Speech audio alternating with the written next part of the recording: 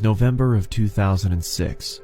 I was a 16-year-old kid living in the town of Altoona, Iowa. I went to bed early one night because I had to work the early shift at McDonald's.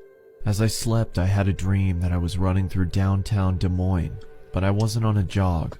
I was running from something. As I ran around the corner of a building, I came face to face with my pursuer. A tall man wearing a trench coat and a top hat stood in front of me. The only thing visible of his face was his eyes. They were abnormally large with black pupils, and it looked at me as if it wanted something. After what felt like hours, he reached out his bony hand, as if he wanted me to go with him. I woke up violently from my dream, and after catching my breath, I peered around my room to see if I was safe. As I stood up from my bed, I noticed that I could see my breath. Feeling confused, I checked my window. It was latched shut. I then walked over and checked my vent. I could still feel warm air coming from it. As I sat back down on my bed, I tried to figure out what exactly was going on. That's when the figure from my dream appeared at the foot of my bed. I scrambled back to my headboard. "What do you want?" I asked, trying to hide the shakiness in my voice. With the same bony finger, it pointed at me. Growing up in a religious home, I believed what I was looking at was a demon. I told the creature to leave. It just waved its finger at me, and with a low voice, it spoke to me.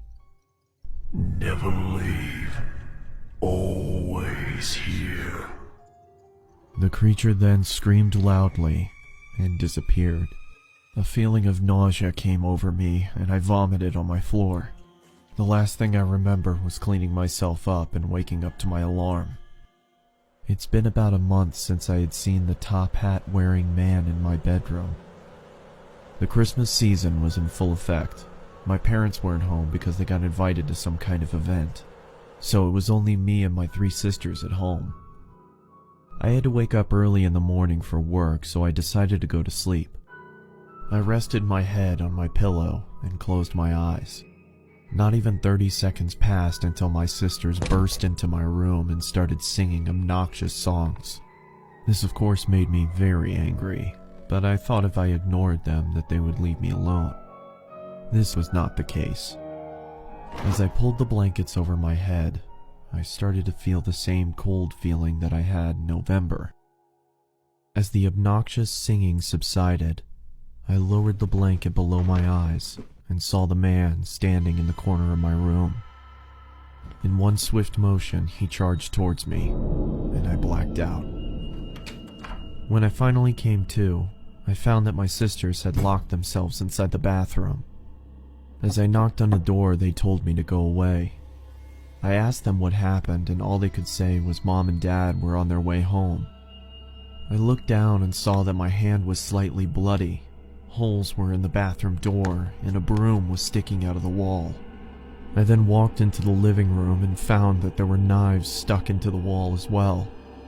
The same wave of nausea passed over me, just like in November, and I threw up again. As I was cleaning up, my parents walked through the door. My father immediately walked over to me and gave me a good beating. Then he sent me to my room. I went to bed crying. Not from the beating. I was crying because of the confusion. I had no idea what was going on. The next morning, my sisters reluctantly sat next to me and told me what had happened. They said I got angry and chased them down and tried to hurt them. They said my eyes were red to the point where they thought I was bleeding from them. They said I sounded like a different person. In 2011, that was the last time I saw the top hat wearing man.